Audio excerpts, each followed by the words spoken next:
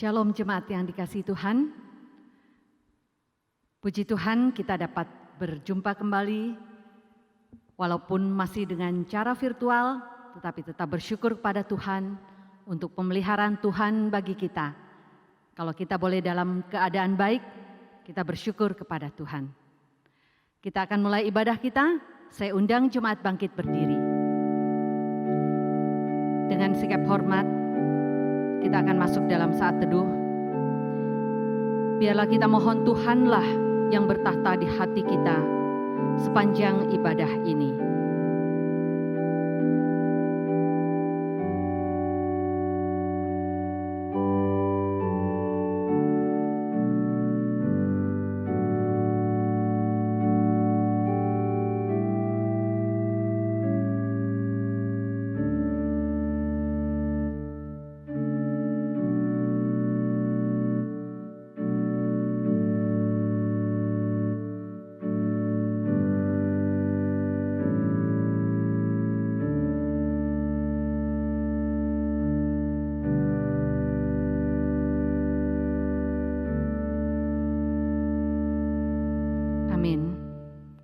Jemaat yang dikasihi Tuhan, kita akan bersama-sama memuji, menyembah Raja kita yang mulia.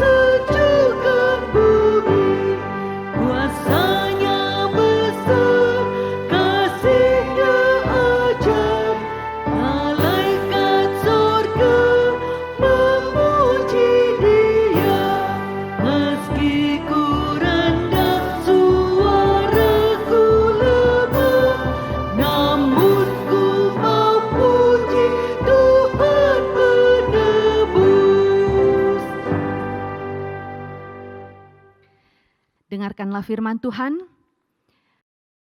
Nyanyikanlah nyanyian baru bagi Tuhan, sebab Ia telah melakukan perbuatan-perbuatan yang ajaib. Keselamatan telah dikerjakan kepadanya oleh tangan kanannya, oleh lengannya yang kudus. Pertolongan kita adalah dari Allah yang menciptakan langit dan bumi. Kiranya kasih karunia dan damai sejahtera dari Allah Bapa kita dan dari Kristus Yesus Tuhan kita menyertai kita sekalian. Kita berdoa. Bapa kami yang di surga, Bapa yang selalu mengasihi kami. Terima kasih Bapa, hari ini kami kembali boleh beribadah bersama-sama. Bapa, hari ini kami telah ada di penghujung tahun 2020. Banyak hal yang terjadi sepanjang tahun ini yang mengubah aspek-aspek kehidupan kami. Banyak hal yang tidak pernah kami pikirkan, itu yang terjadi pada kami. Hal itu membuat kehidupan kami begitu tidak menentu. Tapi Bapa, kami tahu, bersama Engkau kami akan melewati semua itu. Asal Engkau yang memegang tangan kami, ada kepastian hari depan kami. Karena itu, kami datang kepadamu. Kami tahu Engkau telah menyiapkan rancangan indah buat kami. Terima kasih Bapa, Engkau baik buat kami. Saat ini kami ingin memuji, menyembah Engkau Bapa. Kami membawa hati kami untuk diisi dengan kebenaran firman-Mu. Biar Engkau berkenan hadir dan menikmati ibadah kami. Terima kasih Bapa, dalam nama Yesus kami berdoa. Amin. Jemaat dipersilakan duduk. Bapak Ibu jemaat yang dikasihi Tuhan, kita sudah memasuki bulan Desember. Sebentar lagi kita akan merayakan Natal dan mengakhiri tahun 2020. Biarlah kita tetap selalu mengingat, bahkan menceritakan kebaikan-kebaikan Tuhan dan apa yang telah Tuhan kerjakan dalam hidup kita.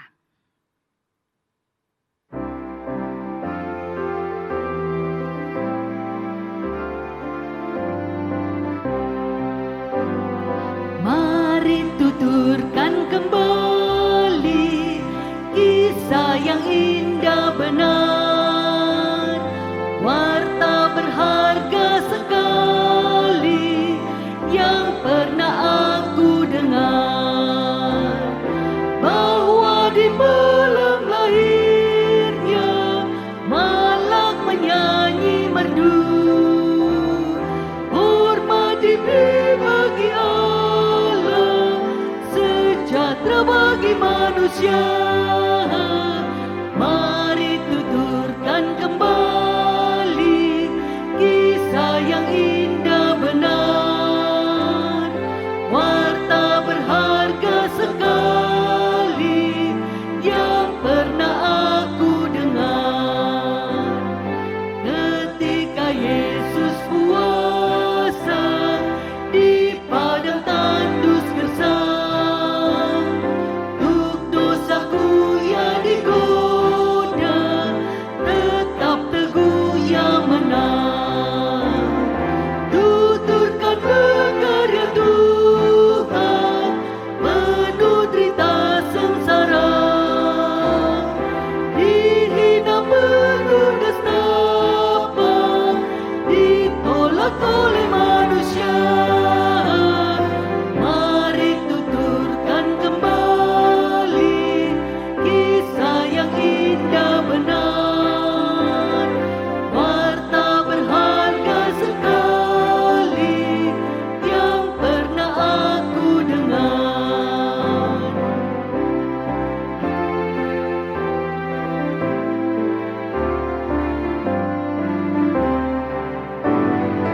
Tuhan dipaku di salib, tubuh memar didera, matinya nista dan aib, namun ia bangkit pula.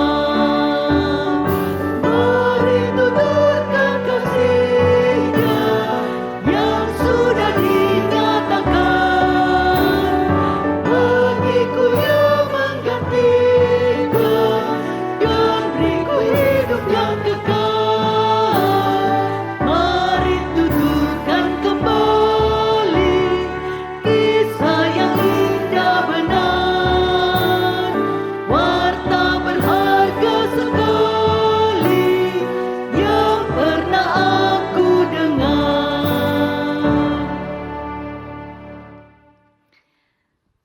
Bersama dengan umat percaya di segala abad dan di segala tempat, kita akan bersama-sama mengikrarkan pengakuan iman rasuli. Saya undang jemaat bangkit berdiri. Pengakuan iman rasuli. Aku percaya kepada Allah, Bapa yang Maha Kuasa, Khalik langit dan bumi, dan kepada Yesus Kristus, anaknya yang tunggal Tuhan kita, yang dikandung dari Roh Kudus, lahir dari anak darah Maria, yang menderita sengsara di bawah pemerintahan Pontius Pilatus, disalibkan, mati dan dikuburkan, turun ke dalam kerajaan maut. Pada hari yang ketiga, bangkit pula dari antara orang mati, naik ke surga, duduk di sebelah kanan Allah, Bapa yang Maha Kuasa, dan dari sana ia akan datang untuk menghakimi orang yang hidup dan yang mati. Aku percaya kepada Roh Kudus, gereja yang kudus dan am, persekutuan orang kudus, pengampunan dosa, kebangkitan orang mati, dan hidup yang kekal. Amin. Kita akan bersama-sama berdoa untuk beberapa hal. Pertama-tama kita naikkan doa syukur kita untuk pemeliharaan Tuhan bagi kita. Kita boleh melewati hampir menyelesaikan tahun 2020 ini. Mari bersyukur kepada Tuhan untuk segala sesuatu yang Tuhan kerjakan dalam hidup kita. Kemudian kedua, kita tak lupa berdoa untuk pelaksanaan pilkada hari Rabu ini, tanggal 9 Desember.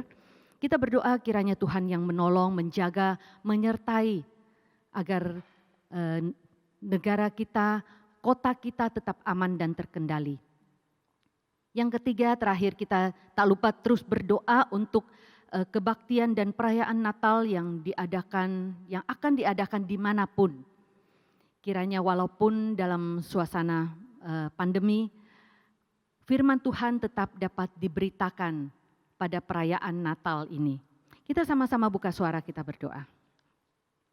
Bapa, kami bersyukur kepadamu untuk segala sesuatu yang telah Kau kerjakan dalam hidup kami. Terima kasih untuk kasih setia yang selalu baru bagi kami. Terima kasih ya Bapa untuk pemeliharaan-Mu kepada kami dalam menjalani hari-hari kami. Engkau selalu menuntun, membimbing, menyertai kami sepanjang hidup kami. Terima kasih untuk kasih setia-Mu yang tak berkesudahan dalam hidup kami. Terima kasih Bapa, terima kasih kami boleh melewati sampai pada penghujung tahun ini. Kami tahu itu karena kasih setia-Mu bagi kami. Terima kasih Bapa, Engkau baik buat kami. Bapa, kami tak lupa berdoa untuk pelaksanaan pilkada di seluruh Indonesia pada hari Rabu ini tanggal 9 Desember. Bapa, kami mohon Engkau sendiri menolong, menyertai, Engkau menjaga kota-kota di seluruh Indonesia ya Bapa, agar pelaksanaan pilkada ini dapat terlaksana dengan baik. Biarlah orang-orang yang terpilih melalui pilkada ini adalah benar-benar orang-orang yang Engkau pilih ya Bapa, yang benar-benar dapat menjalankan tugas dan tanggung jawab mereka dengan baik. Bapa, tak lupa kami juga berdoa untuk kebaktian dan perayaan Natal pada tahun ini. Walaupun dalam suasana pandemi, Bapa, kiranya firman-Mu tetap dapat diberitakan dengan baik. Kiranya melalui perayaan dan kebaktian Natal ini, banyak orang-orang yang dapat mendengarkan kebenaran firman-Mu, bahwa Engkau lahir ke dunia ini untuk menyelamatkan kami, untuk menebus kami dari segala dosa-dosa kami. Terima kasih ya Bapa, terima kasih. Ini doa kami, dalam nama Yesus kami berdoa, amin. Jemaat dipersilakan duduk. Karena begitu besar kasih Allah kepada kita, Allah rela meninggalkan surga yang mulia, datang ke dunia, lahir di kandang yang hina, di kota kecil Bethlehem. Tidak lain tidak bukan, karena Allah mengasihi kita. Allah tidak ingin kita binasa oleh dosa-dosa kita.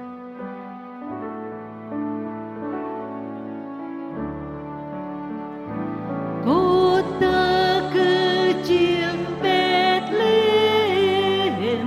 betapa kau senyap.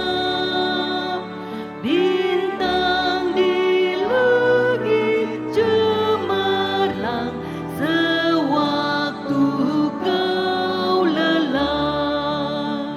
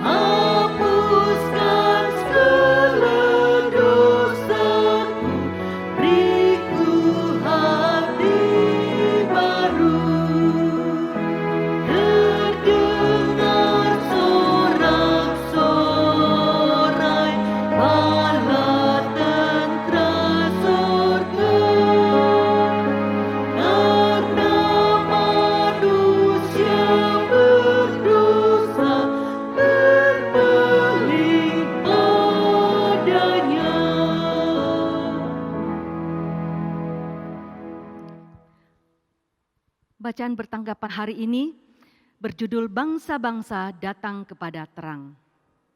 Bangsa-bangsa berduyun-duyun datang kepada terang-Mu, dan raja-raja kepada terang yang terbit bagimu.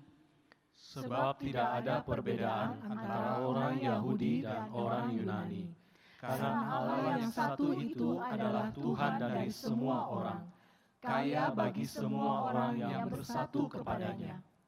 Sebab barang siapa yang berseru kepada nama Tuhan akan diselamatkan. Tetapi bagaimana mereka dapat berseru kepadanya jika mereka tidak percaya kepada Dia? Jika mereka tidak mendengar tentang Dia, bagaimana mereka mendengar tentang Dia jika tidak ada yang memberitakannya? Dan bagaimana mereka dapat memberitakannya jika mereka tidak diutus? Seperti ada tertulis, betapa indahnya mereka yang datang membawa kabar baik.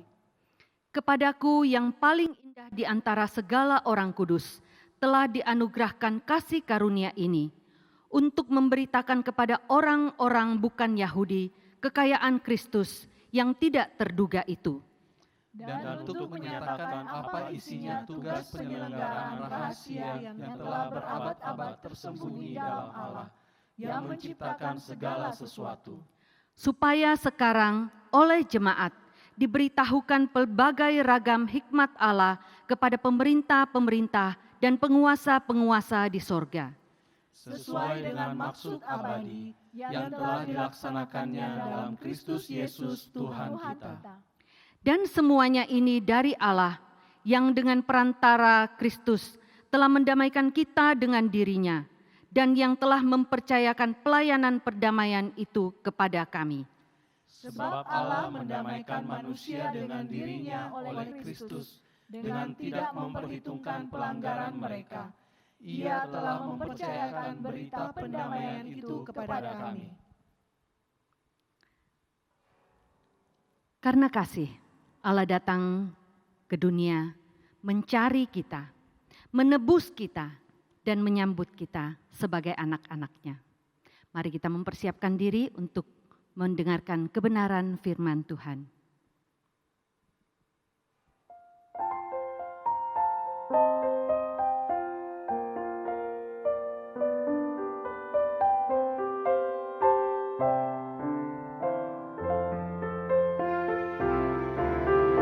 Yesus Kristus lahir di Betlehem, terbaring di palungan yang indah. Oh, betapa ajaib anugerahnya, Yesus mencariku.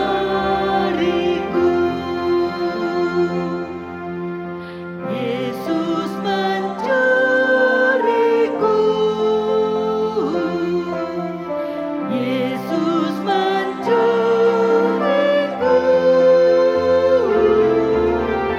Oh, betapa ajaib anugerahnya, Yesus mencariku.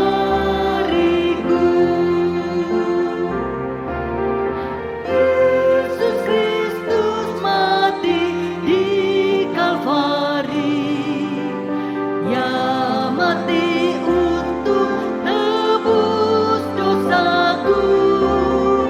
Oh, besarlah rahmat dan kasih-Nya, Yesus menebusku. Yesus menebusku.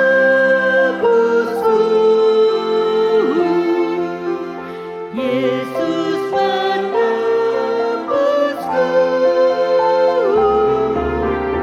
Oh, besarlah rahmat dan kasih-Nya, Yesus menebusku.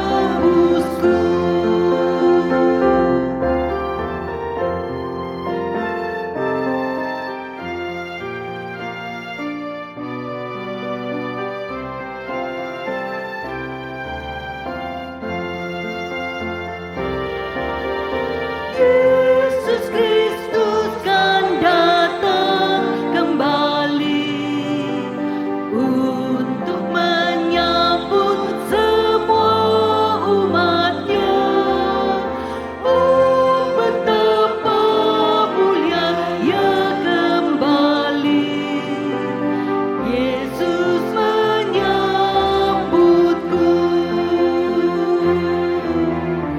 Yesus menyambutku. Yesus menyambutku. Oh, betapa mulia Ia kembali. Yesus menyambutku.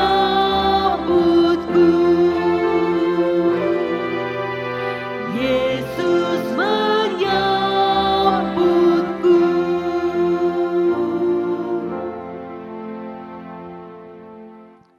Shalom jemaat yang dikasihi Tuhan Yesus Kristus. Sebelum kita mendengarkan firman Tuhan, mari kita masuk di dalam doa.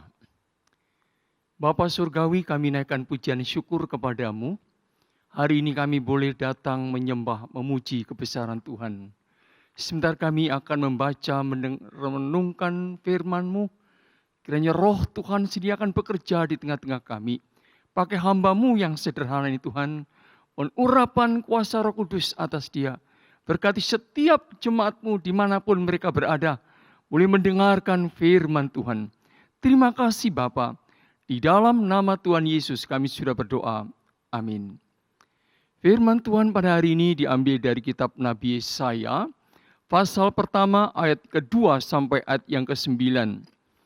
Yesaya pasal pertama ayat 2 sampai ayat yang ke-9. Demikian firman Tuhan. Dengarlah hai langit dan perhatikanlah hai bumi. Sebab Tuhan berfirman, Aku membesarkan anak-anak dan mengasuhnya, tetapi mereka memberontak terhadap aku. Lembu mengenal pemiliknya, tetapi Israel tidak. Keledai mengenal palungan yang disediakan tuannya, tetapi umatku tidak memahaminya. Celakalah bangsa yang berdosa, kaum yang syarat dengan kesalahan, keturunan yang jahat-jahat, anak-anak yang berlaku buruk. Mereka meninggalkan Tuhan, menista yang Maha Kudus Allah Israel, dan berpaling membelakangi Dia. Di mana kamu mau dipukul lagi? Kamu yang bertambah murtad, seluruh kepala sakit dan seluruh hati lemah lesu. Dari telapak kaki sampai kepala tidak ada yang sehat. Bengkak dan bilur dan luka baru. Tidak dipijit dan tidak dibalut, tidak ditaruh minyak. Negerimu menjadi sunyi sepi. Kota-kotamu habis terbakar di depan matamu. Orang-orang asing memakan hasil tanahmu. Sunyi sepi negeri itu, seolah-olah ditunggang balikkan orang asing. Putri Sion tertinggal sendirian, seperti pondok di kebun anggur, seperti gubuk di kebun mentimun dan seperti kota yang terkepung.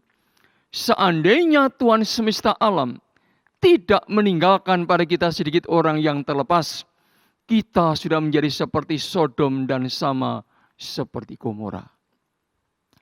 Demikianlah firman Tuhan pada hari ini.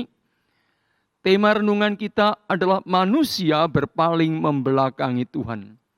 Saudara yang dikasihi Tuhan, saya teringat ada satu pepatah mengatakan, air susu dibalas dengan air tuba. Kira-kira firman Tuhan ini seperti ini, saudara. Bagaimana kebaikan dibalas dengan kejahatan. Saudara yang dikasihi Tuhan, satu ungkapan firman yang disampaikan Nabi Yesaya. Di ayat pertama dia mengatakan, Aku membesarkan anak-anak dan mengasuhnya. Saudara, Allah sebagai seorang bapa yang mengasihi anak-anaknya. Tuhan mengasihi umat Israel sebagai anak-anaknya, saudara. Dia sebagai bapa yang membesarkan, yang memelihara, mencukupi kebutuhannya. Tidak pernah Israel kekurangan. Dipelihara, dididik, diajar, saudara sekalian. Umat Israel begitu yang tidak berdaya itu diangkat tinggi-tinggi oleh Tuhan. Mereka menjadi satu umat yang berharga, yang mulia dan dikasihi oleh Allah. Saudara, Tuhan sebagai seorang Bapa yang bertanggung jawab. Bagaimana seorang Bapa yang bertanggung jawab? Dia betul-betul mendidik, mengasuh anak-anaknya, memperjuangkan anaknya sampai berhasil, saudara sekalian. Israel tidak pernah kekurangan apapun yang baik. Segala keperluannya dicukupi oleh Tuhan. Bahkan dia menjadi umat yang dipilih oleh Allah.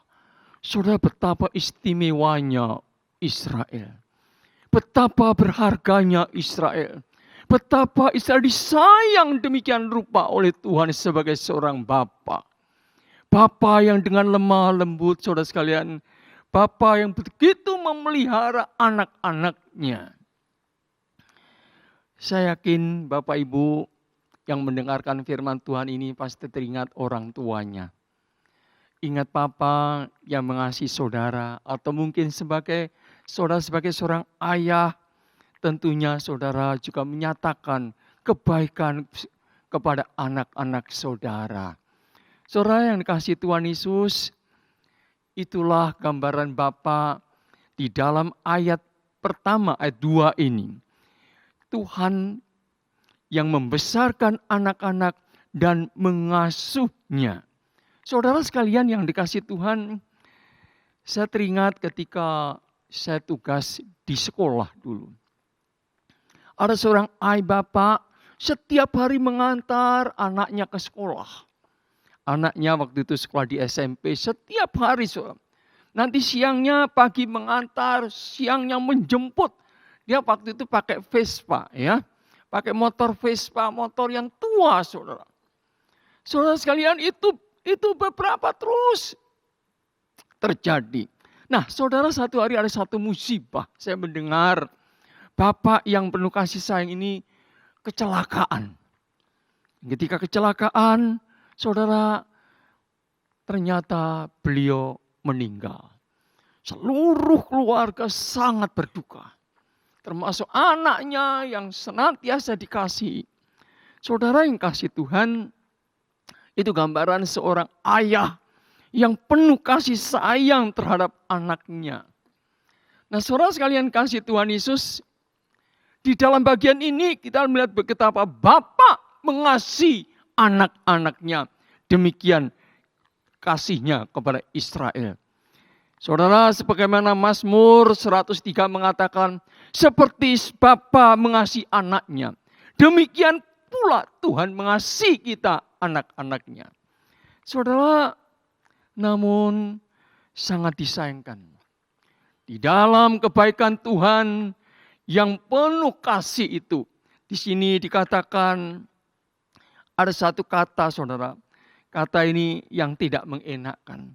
Tetapi saudara, kalau di atas tentang kebaikan, tentang kasih Tuhan yang luar biasa itu, tiba-tiba ada satu kata tetapi saudara. Tetapi itu artinya berlawanan dengan yang di atas saudara. Tetapi apa? Tetapi mereka memberontak terhadap aku. Oh saudara sekalian kasih Tuhan. Saya membaca ini, saya betul-betul geleng-geleng kepala. Saudara. Bagaimana Israel bisa memberontak kepada Bapa yang penuh kasih sayang itu. Yang tidak pernah dibiarkannya. Saudara, kurang apa Bapa memelihara umat Israel? Kok sampai dikatakan, tetapi umatku memberontak kepada aku.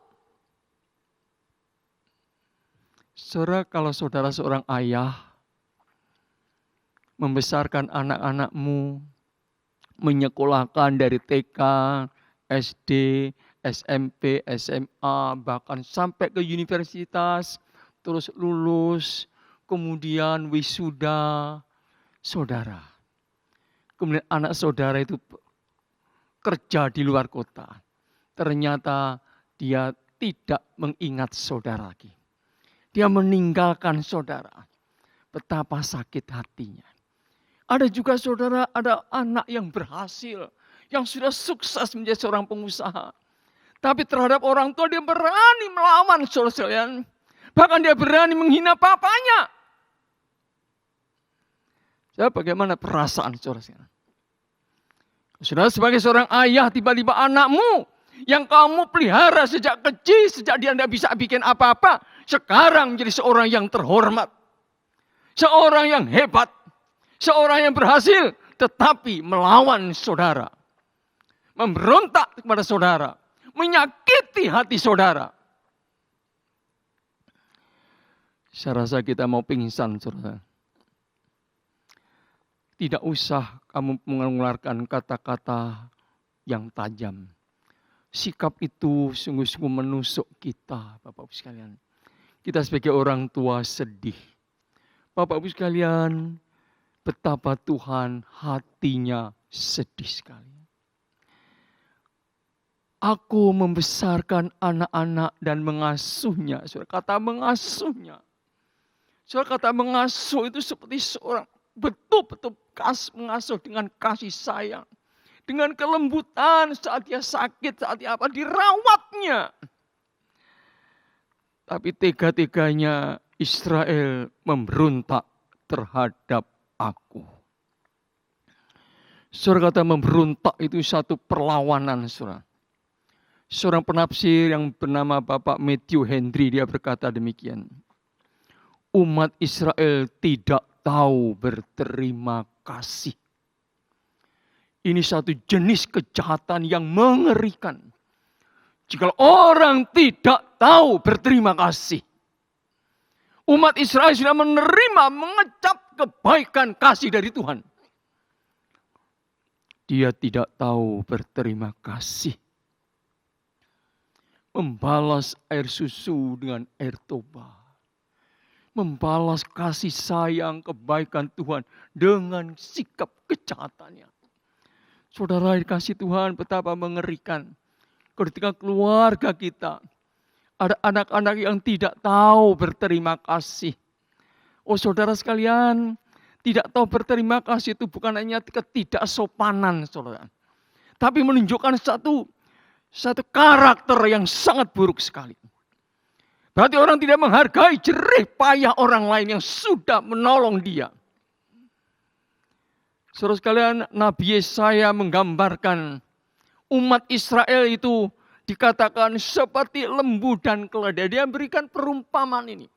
Lembu keledai itu seekor binatang. Bukan saja binatang, tapi binatang yang bodoh, saudara. Termasuk golongan binatang yang bodoh. Tetapi binatang ini mengenal pemiliknya. Dia mau melayani pemiliknya, melayani tuannya. Israel disuruh belajar dari binatang ini. Bahkan saudara sekalian, seolah Israel direndahkan, lebih rendah dari binatang ini. Yeremia pasal 8 ayat 7 mengatakan demikian. Bahkan burung ranggung di udara mengetahui musimnya. Burung tekukur, burung layang-layang dan burung bango berpegang pada waktu kembalinya. Tetapi umatku tidak mengetahui hukum Tuhan. Saudara, umat Israel tidak sadar bahwa Allah itu Tuhan, Allah itu pemilik. Allah yang menciptakan dia, yang mencukupi kebutuhannya. Dan dia sebagai umat ciptaan itu lebih tinggi dari segala ciptaan Tuhan lainnya. Saudara, tapi Israel tidak sadar akan hal ini.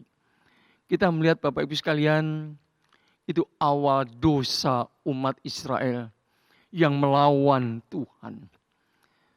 Berikutnya saudara, Nabi Yesaya juga meratapi kebobrokan dosa Israel, saudara sekalian. Di dalam ayat keempat dikatakan celakalah bangsa apa yang berdosa. Dosa mereka, saudara sekalian, dosa mereka kemana-mana sampai kepada keturunannya, saudara sekalian. Menjalar seperti virus di berbagai tempat, semua telah berbuat dosa. Bahkan keturunannya telah tertular oleh dosa.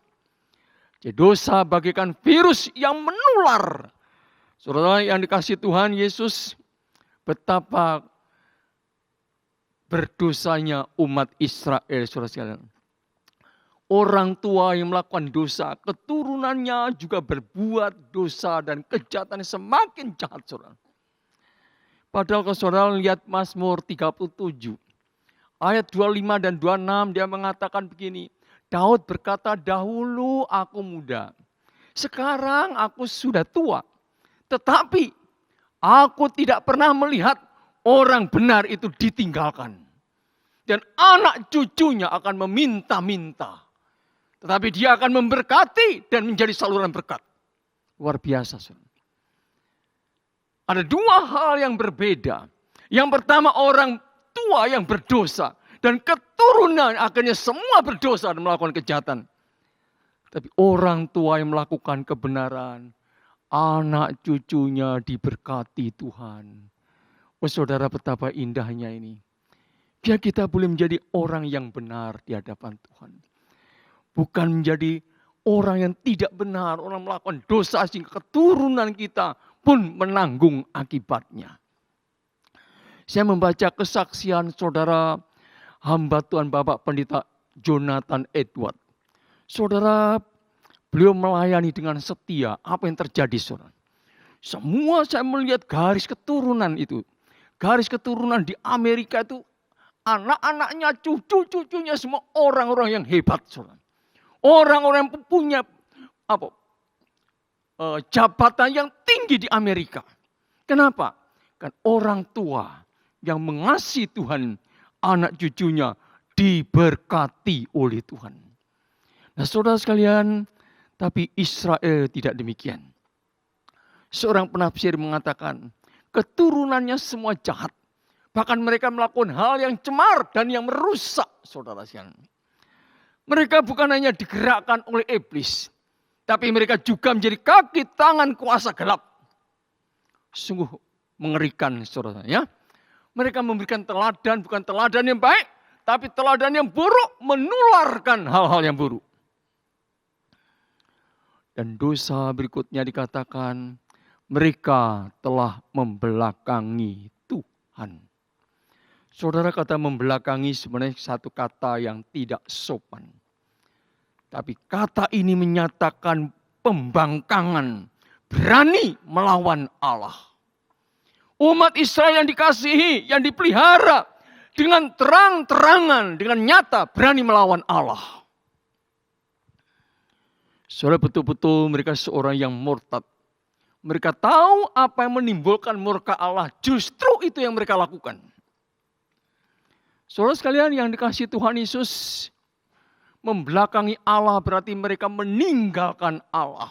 Mereka meninggalkan ciri khas seorang umat Allah yang dikasihi, yang hidup, yang benar di hadapan Tuhan. Dia tinggalkan semua.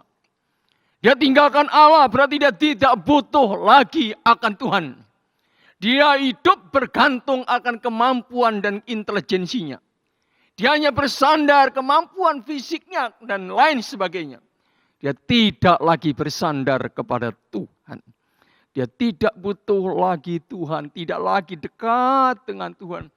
Kalau dulu selalu minta tolong Tuhan, bagaimana Tuhan, bagaimana Tuhan. Sekarang tidak. Israel telah meninggalkan Tuhan, hidup di dalam keterasingan. Saudara, hari ini begitu banyak orang yang membelakangi Tuhan. Bahkan dunia banyak yang membelakangi Tuhan. Tidak butuh Tuhan. Aku bisa bekerja.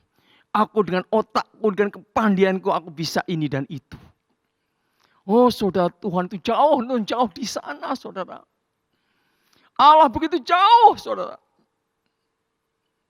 Betapa hati Tuhan kadang-kadang hancur melihat manusia. Hari ini saudara. Mungkin dengan segala macam penderitaan ini membuat manusia harus kembali kepada Sang Pencipta, saudara. Jangan membelakangi Tuhan. Nabi Yesaya menggambarkan kondisi Israel yang sudah parah itu, saudara, seperti seorang yang sakit, saudara. Seperti seorang yang sakit kusta. Sakit penyakit itu membusuk, menyerang organ tubuh yang sangat vital. Kepala, jantung, hati. Sehingga mereka mau mati, saudara, karena serangan penyakit. Saudara, ini satu gambaran kondisi bangsa. Dari petani sampai bangsawan yang agung, semua tidak terkecuali terkena, tidak ada yang sehat, semuanya terkena penyakit ini. Kehidupan rohani mereka dingin, saudara, sirna, tinggal detik-detik kematian. Saudara, bahkan mereka di tengah-tengah sakit penyakit itu dikatakan bilur dan luka baru tidak dipijit dan tidak dibalot dan tidak ditaruh minyak. Itu gambaran mereka membiarkan penyakit itu merajalela. Tidak ada upaya untuk pengobatan. Berarti di tengah-tengah kondisi berdosaan itu, tidak ada upaya bertobat kembali kepada Allah. Mohon pengampunan. Saudara, ini satu kesombongan yang luar biasa. Nanti saudara sekalian di dalam ayat yang ke-7 dan seterusnya Nabi Yesaya dengan sedih menyampaikan tentang hukuman Allah atas bangsanya. Saudara sekalian, kerajaan mereka akan hancur. Akan ada bala kelaparan yang melanda. Mereka kadang diserang musuh, mungkin bangsa Edom, Filistin, bangsa Aram akan menyerang mereka. Bangsa itu akan makan dengan kenyang dengan lahapnya. Tapi sementara Israel akan kelaparan setengah mati. Mereka akan habis terbakar oleh api musuh. Saudara yang dikasihi Tuhan Yesus, sampai di sini kita renungkan sejenak, yaitu kengerian dosa. Saudara, kita melihat kengerian dosa yang dilakukan oleh umat Israel. Dosa memerintah dalam hati manusia. Dosa merusak hati dan pikiran manusia. Allah membenci dosa, Bapak-Ibu sekalian. Matanya terlalu suci untuk melihat kejahatan. Saudara sekalian yang kasih Tuhan, dosa sangat bertolak belakang dengan kodrat ilahi, dengan karakter Allah yang maha kudus. Nanti dosa sekecil apapun akan menyeret manusia kepada maut. Dosa menggelapkan pikiran manusia. Saudara, dosa mengotori, mencemarkan kehidupan seseorang. Saudara sekalian, dosa diibaratkan seperti lumpur, seperti bangkai, seperti kuburan yang berbau busuk. Dan memilih resiko yang paling berat adalah hukuman maut. Saudara, dalam Roma 7:13, Paulus menjelaskan, Allah ingin agar manusia memahami bahwa dosa bersifat dahsyat dan mengerikan. Dosa begitu mengerikan dan dahsyat. Oleh karena dosa seringkali kita berdoa tidak dikabulkan oleh Tuhan karena ada dosa. Saudara dikasihi Tuhan Yesus, dosa begitu mengerikan, saudara sekalian. Itu harus dibereskan di hadapan Tuhan. Di dalam ayat 9 ini, Bapak Ibu sekalian, kita melihat ada satu berita penghiburan bagi umat Israel dan bagi Nabi Yesaya. Seandainya Tuhan semesta alam tidak meninggalkan pada kita sedikit orang yang terlepas, kita sudah menjadi seperti Sodom dan sama seperti Gomora. Saudara yang kasih Tuhan, ada kasih karunia, ada belas kasihan Allah, sehingga tidak dibinasakan semuanya, saudara. Artinya apa? Di tengah Israel masih ada orang yang setia, ya, orang yang punya iman yang murni di hadapan Tuhan, sehingga mereka dilepaskan dari hukuman Allah yang mengerikan.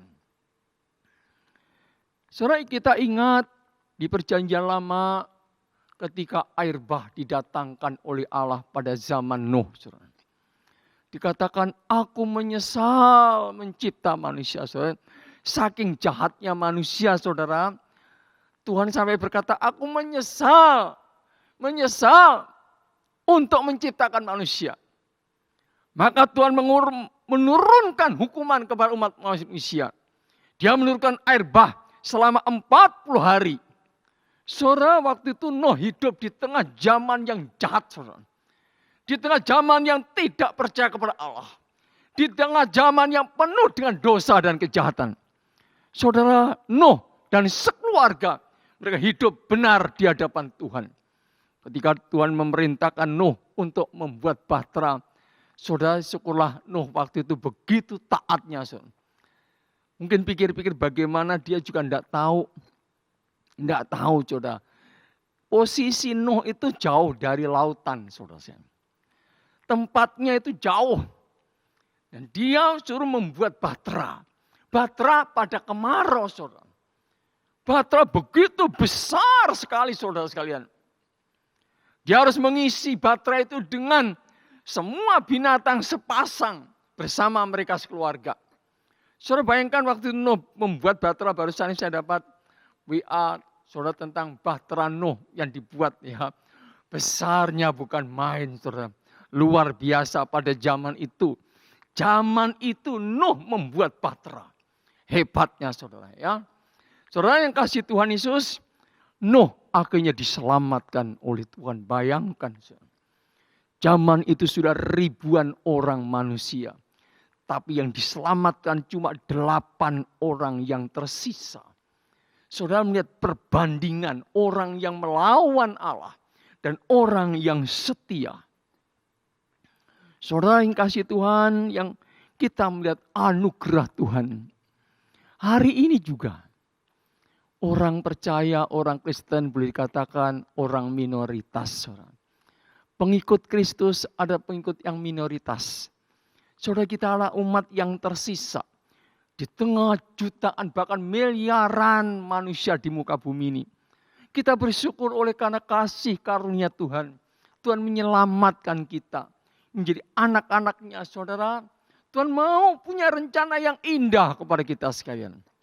Buktinya apa? Kita diselamatkan dari segala mara bahaya. Tuhan jaga, lindungi kita. Kita bisa duduk mendengarkan firman. Saudara bisa berkumpul bersama keluarga. Semua anugerah Tuhan, saudara. Satu hari saya melihat saya tidak tahu Perancis atau Italia, saudara. Aduh, sedihnya bukan main saya melihat itu. Saudara tahu, dari lantai 7 diturunkan jenazah terus diterima oleh truk di bawah. Oleh karena kena corona. Dari lantai atas diturunkan satu persatu jenazah itu. Di bawahnya sudah diterima oleh truk. Bukan mobil jenazah tapi truk, saudara. Saking banyaknya. Oh, saudara melihat itu betapa mengerikannya. Saudara yang kasih Tuhan, kita adalah umat yang tersisa. Itu karena anugerah Tuhan Yesus Kristus. Yang menyelamatkan kita orang berdosa. Tuhan Yesus yang juru selamat. Penolong kita yang setia. Biarlah kita boleh setia kepada Tuhan, Bapak Ibu sekalian. Tuhan sudah memberikan anugerahnya luar biasa ini. Mari kita boleh setia sungguh-sungguh, boleh melayani Tuhan. Dalam kehidupan ini, terima kasih tak habis-habisnya Tuhan. Engkau berikan kesempatan kami boleh hidup, boleh melayani, semua akan anugerah Tuhan. Nanti saudara sekalian, biar kita naikkan pujian syukur kepada Tuhan. Di tengah-tengah murka Allah yang menyala-nyala. Allah telah tetap menyisakan orang-orang yang setia. Yang murni imannya. Dibebaskan dari segala hukuman dan malapetaka. Itulah anak-anak Tuhan pada masa kini. Kiranya firman Tuhan ini boleh menjadi berkat bagi kita sekalian. Mari kita berdoa. Bapa di surga, kami naikkan pujian syukur Tuhan. Hari ini Tuhan mengingatkan kepada kami akan kasih sayang-Mu yang luar biasa. Tuhan, biarlah keberdosaan umat-Mu Israel menjadi peringatan bagi kami. Agar hidup kami berhidup memuliakan nama Tuhan. Lindungi kami semua Tuhan. Agar hidup kami diperkenan oleh Allah. Dijauhkan dari segala godaan pencobaan. Terima kasih Tuhan. Kami adalah umat-Mu yang tersisa. Oleh karena anugerah Tuhan Kau menyelamatkan kami. Kau menjaga, melindungi kami. Dari segala mara bahaya dan malapetaka. Terima kasih Bapa, berkati firman-Mu pada hari ini Tuhan. Di dalam nama Tuhan Yesus, hamba-Mu sudah berdoa. Amin. Jemaat yang dikasihi Tuhan, kita akan bersama-sama mengikuti perjamuan kudus. Biarlah melalui perjamuan kudus kita dapat selalu mengingat betapa besarnya cinta kasih Tuhan kepada kita yang rela mati di salib untuk menebus dosa-dosa kita.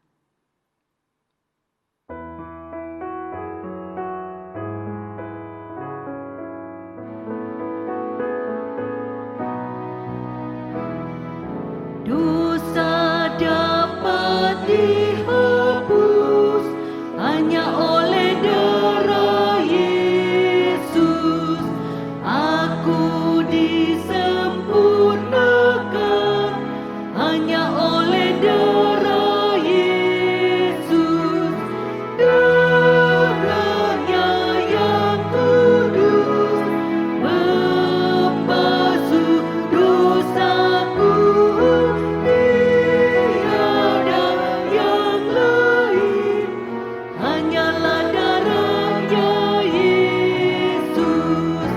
Luput dari hukuman hanya oleh darah Yesus. Yang dapat selamatkanku hanyalah darahnya Yesus. Darahnya yang kudus membasuh dosaku. Tiada yang lain, hanyalah darahnya Yesus.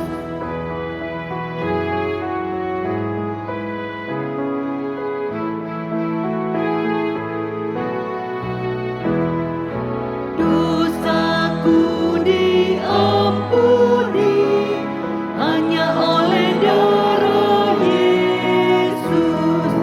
Tutur dan perbuatanku hanyalah darahnya Yesus. Darahnya yang kudus membasuh dosaku. Tiada yang lain, hanyalah darahnya Yesus. Saudara sekalian, pada hari ini kita akan mengadakan perjamuan kudus. Saya akan membacakan firman Tuhan dalam 1 Korintus pasal 11 ayat 23, demikianlah firman Tuhan. Sebab apa yang telah kuteruskan kepadamu, telah kuterima dari Tuhan, yaitu bahwa Tuhan Yesus pada malam waktu ia diserahkan mengambil roti, dan sudah itu ia mengucap syukur atasnya. Ia memecah-mecahkannya dan berkata, inilah tubuhku yang diserahkan bagi kamu, perbuatlah ini menjadi peringatan akan aku. Demikian juga ia mengambil cawan sudah makan, lalu berkata, cawan ini adalah perjanjian baru yang dimeteraikan oleh darahku.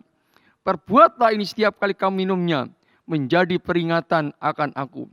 Sebab setiap kali kamu makan roti dan minum cawan ini, kamu memberitakan kematian Tuhan sampai ia datang.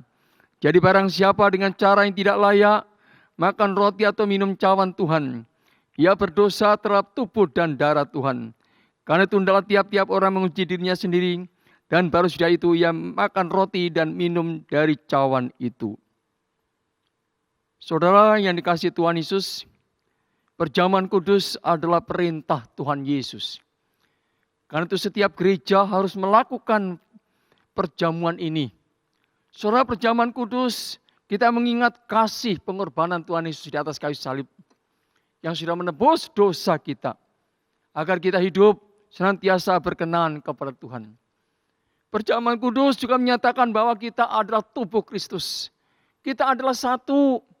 Karena itu mari kita terus menjaga kesatuan ini. Saling menopang, saling melayani, saling mendoakan. Dan perjamuan kudus ini saudara terus diberitakan sampai kedatangan Tuhan Yesus yang kedua kali. Karena kita boleh setia memberitakan Injil, memberitakan tentang Tuhan di tengah-tengah dunia yang gelap ini. Baik, mari kita berdoa Kita mohon kuduskan kita, layakkan kita untuk menerima roti dan cawan perjamuan ini. Kita introspeksi, kita berdoa masing-masing.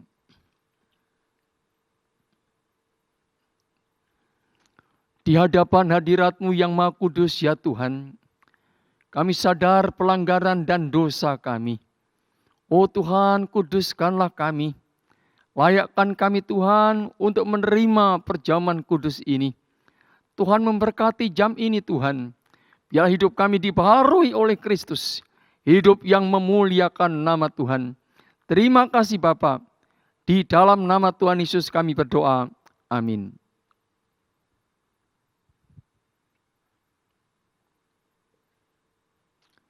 Pada malam waktu Tuhan Yesus diserahkan, Ia mengambil roti, mengucap syukur dan memecah-mecahkannya. Inilah tubuhku yang diserahkan bagi kamu. Setiap kamu memakannya menjadi peringatan akan aku. Kemudian Tuhan Yesus mengambil cawan. Cawan ini adalah perjanjian baru yang dimeteraikan oleh darahku. Setiap kali kami minumnya menjadi peringatan akan aku. Mari kita berdoa. Bapa di surga, kami naikkan pujian syukur untuk tubuh Kristus yang dipecah-pecahkan bagi dosa kami. Untuk darah Tuhan Yesus yang curahkan membasuh hati kami. Tuhan, kami naikkan pujian syukur. Berkati ya Tuhan roti dan cawan perjamuan ini yang melambangkan tubuh dan darah Tuhan Yesus sendiri. Dengarlah doa kami Bapa. Di dalam nama Tuhan Yesus hamba-Mu sudah berdoa. Amin. Baik Bapak Ibu sekalian, di rumah silakan dibagikan kepada keluarga roti yang sudah disiapkan.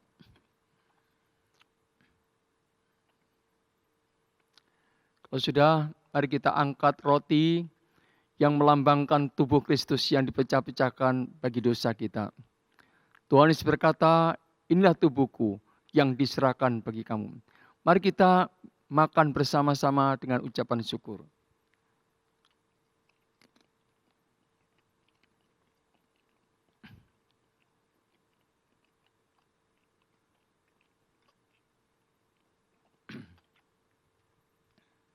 Selanjutnya kita angkat cawan ini yang melambangkan darah Kristus yang suci. Tuhan Yesus berkata, minumlah sebagai peringatan akan aku.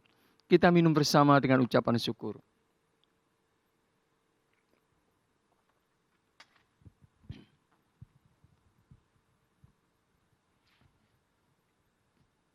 Dengarlah firman Tuhan. Tetapi sesungguhnya penyakit kitalah yang ditanggungnya. Dan kesesaran kita yang dipikulnya. Padahal kita mengira dia kena tulah, dipukul dan ditindas Allah. Dan oleh bilur-bilurnya kita menjadi sembuh. Mari kita bersyukur untuk perjamuan ini, kita berdoa. Kami naikkan pujian syukur untuk perjamuan kudus pada hari ini ya Tuhan. Berkati setiap jemaat-Mu hidup boleh memuliakan nama Tuhan. Semakin mengasihi dan setia kepada-Mu ya Bapa. Hamba-Mu berdoa untuk saudara kami yang lemah tubuh, yang sakit. Apapun penyakitnya. Di dalam nama Yesus yang berkuasa itu. Kuasa darah Yesus bukan hanya menyelamatkan jiwa kami. Tetapi menyembuhkan penyakit kami. Berkati anak-anak-Mu yang sakit dimanapun mereka berada. Apapun penyakitnya. Tuhan pulihkan, sembuhkan mereka. Di dalam nama Tuhan Yesus, hamba-Mu sudah berdoa. Amin. Kita akan mengakhiri ibadah kita hari ini. Saya undang jemaat bangkit berdiri. Kita kembalikan semua puji, hormat kita kepada Allah Bapa, Putra, dan Roh Kudus.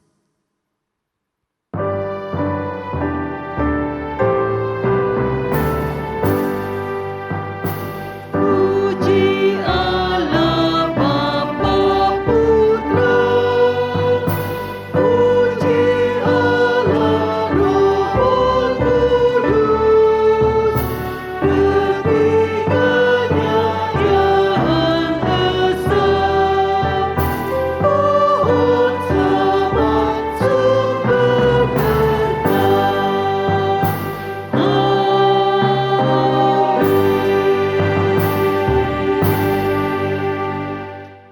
Bapa, kami bersyukur pertolongan pimpinan Tuhan di dalam ibadah pada hari ini. Segala puji hormat bagi nama-Mu Tuhan. Memberkati setiap jemaat-Mu yang sudah mengikuti ibadah ini dimanapun mereka berada. Berkatilah rumah tangganya, berkati perekonomiannya, usaha pekerjaannya, berkati kesehatan mereka. Lindungi anak-anak-Mu sepanjang minggu ini. Jauhkan mara bahaya, sakit, penyakit, pencobaan. Tapi kuasa Tuhan Yesus menolongi mereka. Terima kasih Bapa, dengan doa syukur kami. Jemaat yang dikasihi Tuhan Yesus, terimalah berkat Tuhan. Kiranya anugerah Tuhan Yesus Kristus, kasih Allah yang sempurna, pertolongan, penghiburan, kekuatan dari Roh Kudus, menyertai memberkati saudara. Mulai saat ini sampai Maranatha, Tuhan Yesus datang yang kedua kalinya. Amin. Selamat hari Minggu, Tuhan Yesus memberkati.